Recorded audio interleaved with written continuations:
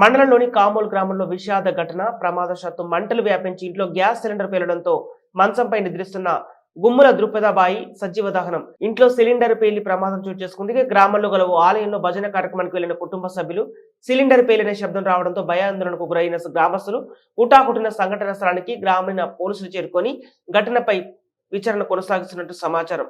పూర్తి స్థాయిలో వివరాలు తెలియాల్సి ఉంది.